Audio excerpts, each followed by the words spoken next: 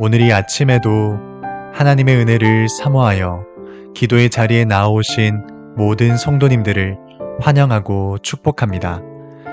오늘 우리에게 주신 하나님의 말씀은 구약성경 시편 135편 1절에서 21절까지의 말씀입니다. 할렐루야, 여호와의 이름을 찬송하라.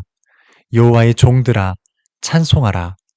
여호와의 집, 우리 여호와의 성전, 곧 우리 하나님의 성전들에 서 있는 너희여, 여호와를 찬송하라. 여호와는 선하시며 그의 이름이 아름다우니 그의 이름을 찬양하라. 여호와께서 자기를 위하여 야곱 곧 이스라엘을 자기의 특별한 소유로 택하셨음이로다. 내가 알거니와 여호와께서는 위대하시며 우리 주는 모든 신들보다 위대하시도다. 여호와께서 그가 기뻐하시는 모든 일을 천지와 바다와 모든 깊은 데서 다 행하셨도다. 안개를 땅끝에서 일으키시며 비를 위하여 번개를 만드시며 바람을 그 곳간에서 내시는도다. 그가 애굽의 처음 난 자를 사람부터 짐승까지 치셨도다. 애굽이여, 여호와께서 내게 행한 표적들과 징조들을 바로와 그의 모든 신하들에게 보내셨도다. 그가 많은 나라를 치시고 악한 왕들을 죽이셨나니 곧 아모리인의 왕 시혼과 바산 왕 옥과 가나안의 모든 국왕이로다. 그들의 땅을 기업으로 주시되 자기 백성 이스라엘에게 기업으로 주셨도다. 여호와여, 주의 이름이 영원하시니이다. 여호와여, 주를 기념함이 대대에 이르리이다. 여호와께서 자기 백성을 판단하시며 그의 종들로 말미암아 위로를 받으시리로다. 열국의 우상은 은금이요 사람의 손으로 만든 것이라. 입이 있어도 말하지 못하며 눈이 있어도 보지 못하며 귀가 있어도 듣지 못하며 그들의 입에는 아무 호흡도 없나니 그것을 만든 자와 그것을 의지하는 자가 다 그것과 같으리로다. 이스라엘 족속아, 여호와를 송축하라. 아론의 족속아, 여호와를 송축하라. 레위 족속아, 여호와를 송축하라. 여호와를 경외하는 너희들아, 여호와를 송축하라. 예루살렘에 계시는 여호와는 시온에서 찬송을 받으실지어다. 할렐루야. 아멘. 오늘 우리가 함께 나눌 시편 135편 말씀은 시작부터 끝까지 한 가지를 강조하고 있습니다. 그것은 여호와를 찬송하라는 것입니다. 성경이 말하는 찬송은 단순히 노래를 부르는 것이 아닙니다. 진정한 찬송은 하나님을 아는 데서 흘러오는 응답입니다. 하나님이 누구신지, 그분이 어떤 일을 행하셨는지를 알 때 우리의 입술은 저절로 하나님을 찬양하게 됩니다. 그래서 찬송은 우리의 감정이 좋을 때만 드리는 것이 아닙니다. 그것은 변치 않으시는 하나님을 바라볼 때 드려야 하고 그분이 우리에게 베푸신 은혜를 기억할 때 드릴 수 있어야 합니다.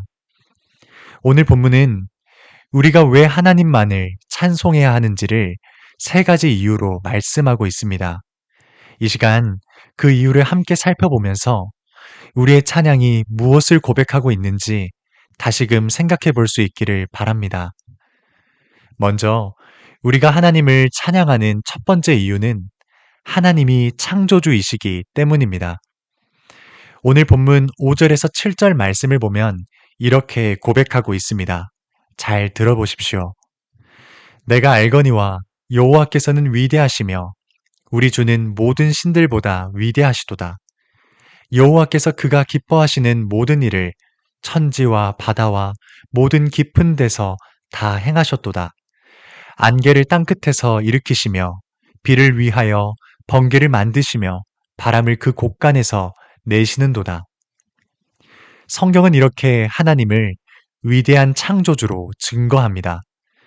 그러나 여기서 말하는 창조는 단순히 과거에 하늘과 땅을 만드신 사건만을 뜻하지 않습니다. 하나님은 지금도 이 세상을 붙들고 계시기 때문입니다. 구름이 피어오르고 비가 내리고 번개가 치고 바람이 부는 이 모든 것은 사실 하나님 손에 달려 있습니다. 우리는 이것을 단순히 자연 법칙이라 말할 수 있지만 성경은 분명하게 그 모든 것이 하나님의 뜻과 섭리 안에 있다고 말씀합니다. 여기서 우리는 위로를 얻을 수 있습니다. 하나님의 다스림은 단순히 자연뿐 아니라 우리의 삶에도 동일하게 적용되기 때문입니다. 우리가 아침에 눈을 뜨는 것, 숨을 쉬는 것, 이 새벽에 함께 예배드릴 수 있는 것, 이 모든 것이 사실은 하나님의 은혜입니다. 세상 사람들은 이런 것들을 당연하다 말할 수 있을지 모르겠지만 믿음의 눈으로 바라보면 이 모든 것은 하나님의 선물입니다. 이것이 바로 창조주 하나님을 믿는 신앙의 고백입니다. 그리고 이 신앙 고백을 가진 사람만이 여호와는 모든 신들보다 위대하시다고 선포할 수 있습니다. 오늘 본문이 쓰여지던 당시 주변 민족들은 해와 달, 비와 바람을 신으로 섬겼습니다. 그러나 하나님은 그 모든 것을 지으신 분이십니다. 그렇기에 피조물을 신처럼 섬기는 것은 창조주를 거부하는 것이며 더 나아가 이것은 결국 우리를 더 깊은 속박으로 끌어갑니다. 오늘날도 다르지 않습니다. 사람들은 여전히 눈에 보이는 것을 신처럼 섬깁니다. 돈과 권력, 과학과 기술을 절대적인 것으로 신뢰하며 그 안에서 삶의 의미와 안전을 찾습니다. 그러나 성경은 분명히 말씀합니다. 그것들은 피조물일 뿐 우리를 붙들어 줄 수 없다고 분명히 가르치고 있습니다. 그렇게 우리의 진정한 찬양은 오직 하나님 한 분만을 향할 수밖에 없습니다.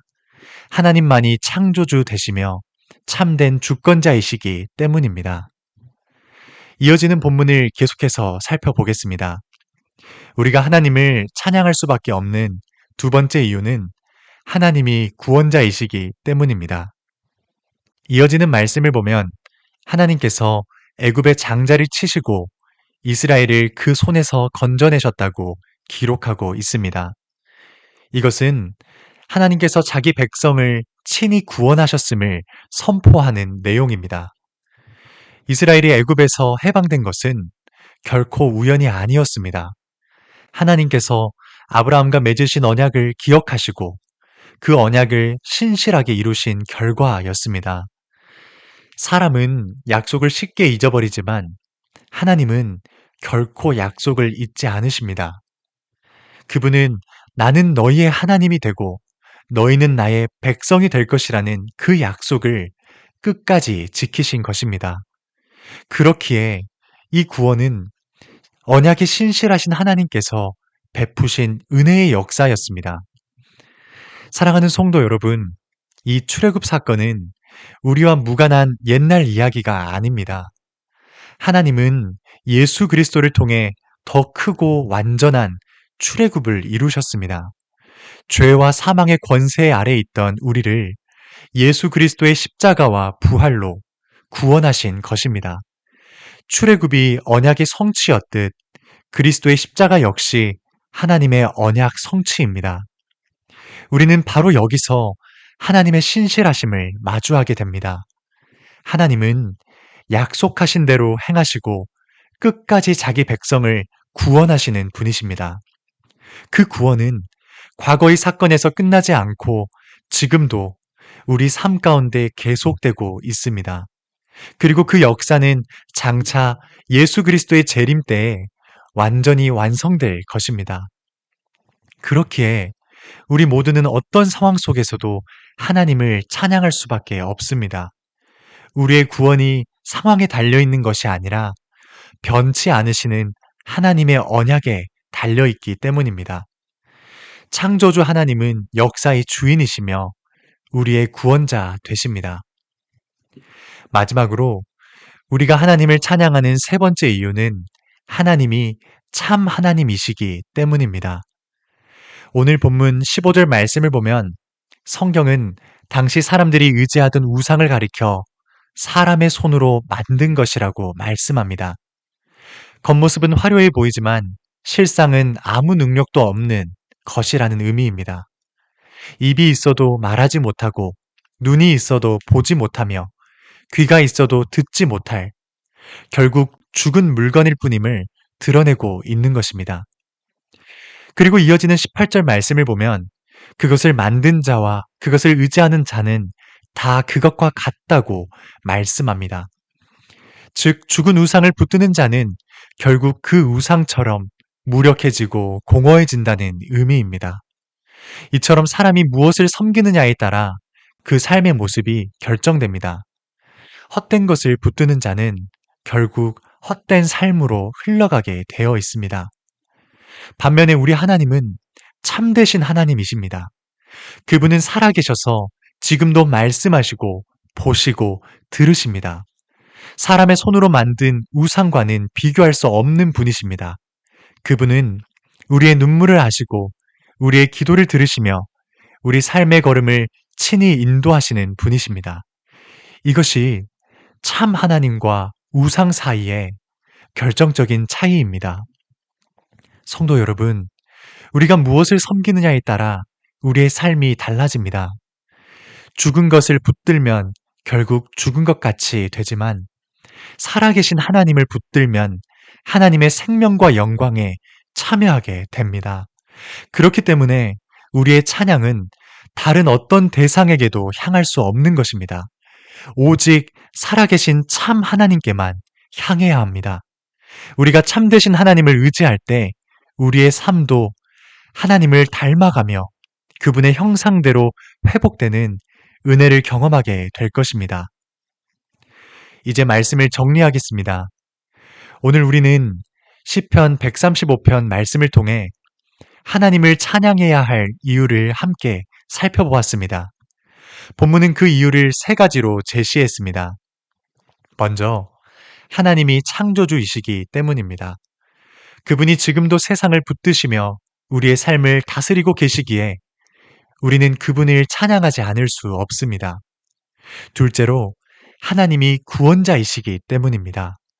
신실하신 하나님께서 자기 백성을 구원하시고 예수 그리스도 안에서 우리를 건지셨기에 우리는 그분을 찬양하게 되는 것입니다. 마지막으로, 그분이 참 하나님이시기 때문입니다. 죽은 우상과 달리 지금도 살아계셔서 말씀하시고 보시고 들으시며 우리와 함께 하시기에 우리는 그분을 찬양해야 합니다. 우리가 이처럼 하나님을 분명히 인식할 때 우리의 마음은 찬양하지 않을 수 없습니다. 찬양은 단순히 노래가 아니라 하나님을 아는 데서 흘러나오는 신앙의 고백이기 때문입니다. 그러므로 사랑하는 성도 여러분, 오늘 하루를 살아가실 때 마음과 입술이 찬양으로 가득하기를 바랍니다. 흔들리는 세상과 덧없는 것들에 마음을 빼앗기지 마시고 오직 창조주이시며 구원자이신 참 하나님께 시선을 고정할 수 있기를 소망합니다. 오늘 하루 우리의 모든 순간이 하나님을 찬양하는 고백으로 드려줄 수 있기를 이 시간 주님의 이름으로 간절히 축복합니다. 말씀을 기억하며 함께 기도하겠습니다. 살아계신 하나님 아버지, 오늘도 우리를 불러주셔서 찬양하게 하시니 감사합니다. 세상을 지으시고 지금도 붙드시는 주님의 손길을 기억하며 우리의 숨결 하나까지도 은혜임을 고백합니다. 주께서 행하신 구원의 일을 잊지 않게 하시고 예수 그리스도 안에서 베푸신 은혜를 날마다 붙들게 하옵소서. 눈에 보이는 헛된 것들에 마음을 빼앗기지 않게 하시고 살아계셔서 말씀하시고 들으시는 참 하나님만을 바라보게 하옵소서. 그리고 우리 개인의 기도 제목을 놓고 우리의 가정과 다음 세대 자녀들, 청년들을 위해 기도해 주십시오. 또한 올 여름의 모든 여름 사역과 선교 일정 가운데 뿌려진 복음의 씨앗이 각 심령과 열방 속에서 자라나 하나님의 때에 아름답고 풍성한 열매를 맺게 하옵소서. 마지막으로 나라와 민족과 온 열방에 하나님 나라가 세워지기를 한 마음과 한 뜻으로 기도하며 나아가시겠습니다. 함께 기도하시겠습니다.